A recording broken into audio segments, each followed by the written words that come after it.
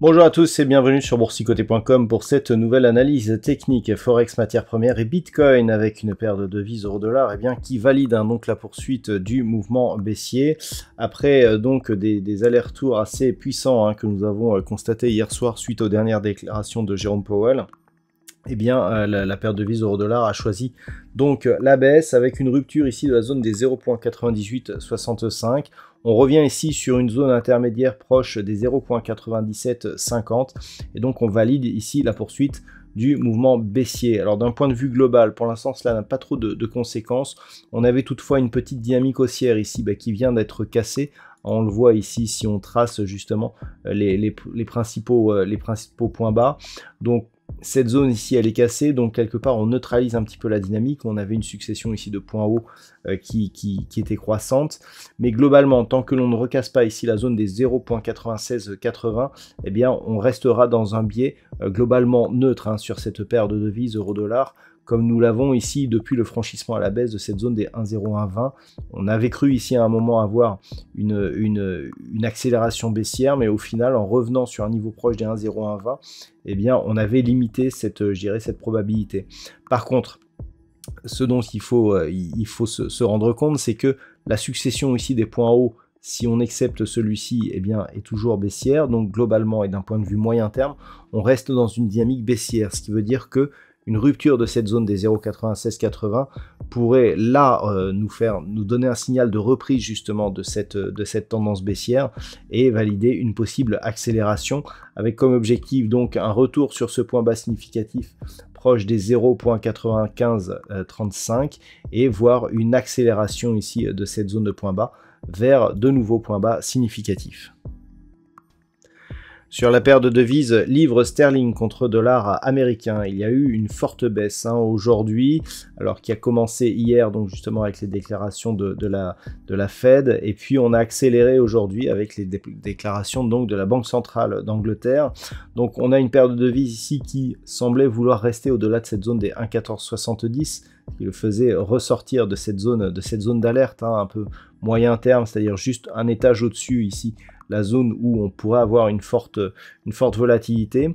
Donc les cours, pour l'instant, évoluent toujours dans une petite dynamique haussière. On a ici une succession de points bas qui reste positive.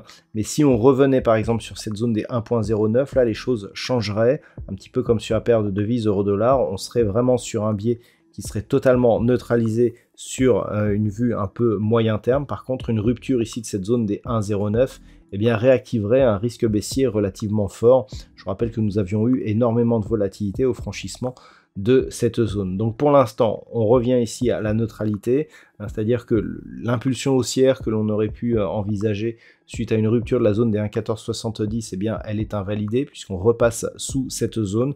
Il n'y a pas encore de signal de vrai retournement qui pourrait nous ramener sur cette zone des 1.09, mais on n'en est pas très loin, donc il faut vraiment surveiller cette paire de devises pour d'éventuels déclenchements de signaux directionnels.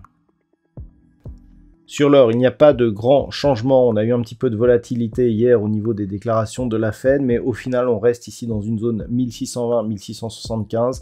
Certes, on se rapproche de la zone des 1620 puisqu'on est revenu ici tester cette zone. Donc, on a plutôt une priorité baissière ici. Et d'un point de vue global, ce que l'on peut observer, c'est des tests donc sur cette zone des 1620, des rebonds techniques qui se font de plus en plus faibles, ce qui favoriserait plutôt ici une cassure de cette zone des 1620 $ l'once. D'ailleurs, si on trace un petit peu la trajectoire, on se rend compte ici qu'on a quelque chose qui ressemble un petit peu à une tasse et anse inversée, car la ligne d'eau ici nous donnerait en cas de rupture une dynamique plutôt baissière. Donc il va falloir surveiller ici cette zone des 1620, puisqu'au moment où je vous parle, on est toujours en train de rebondir sur celle-ci. Donc on est vraiment ici sur une zone qui est devenue significative. Et attention ici en cas de rupture au signal donc de poursuite. on pourrait perdre encore un peu plus de 110 $ l'once au franchissement si on considère ici un report d'amplitude entre le fond de cette tasse ici et la ligne d'eau. Sur le brut léger américain, nous étions auparavant ici autour de la zone horizontale des 84 $ le baril. On est remonté d'un étage pour osciller ici autour des 88. On avait une petite dynamique haussière, mais qui s'est neutralisée, hein, semble-t-il. Donc pour l'instant, on est toujours dans une phase de range moyen terme. Il semblerait que l'on ait ici une zone d'équilibre pour la configuration actuelle, autour des 84, donc d'un point de vue moyen terme, et entre 93,50 et la zone ici des 75 $ le baril. Tant que nous sommes dans ces niveaux, on reste dans un fond de tendance, hein, moyen long terme, qui reste orienté à la baisse, mais avec une conviction qui reste assez faible, hein. Donc là, on a désormais eu un rebond qui a validé des cassures de points hauts significatifs intermédiaires. Et donc pour l'instant, tant que l'on est autour des 84, et en tout cas sous 93,50 ou au-dessus des 75 $ le baril, eh bien on neutralise la dynamique moyen-long terme. Il faudrait soit la cassure de l'une ou de l'autre de ces zones pour définir un biais directionnel plus marqué. Mais actuellement, en tout cas, c'est neutre donc sur cet horizon de temps. Et puis au niveau du Bitcoin, on a l'impression que les nouvelles soient positives ou négatives. Eh bien, le Bitcoin a perdu toute volatilité. Donc on continue ici à osciller autour des 20 000 $ pour un Bitcoin. Donc dans une dynamique qui s'est affaiblie, hein, au niveau de la dynamique baissière, puisque on a cassé ici cette zone de résistance oblique. On s'est replacé au-delà des 20 000 $ pour un Bitcoin. Donc on s'est éloigné ici de la zone d'alerte des 18 500 $ pour un Bitcoin, mais sans marquer un vrai signal de rebond ou de retournement, puisqu'il n'y a pas eu de cassure de points hauts significatifs, hein. Le premier se situe ici sur cette zone des 22 800 points. On ne peut pas considérer ici cette zone des 20 500 points. C'était plus un repère technique qu'un vrai signal de cassure.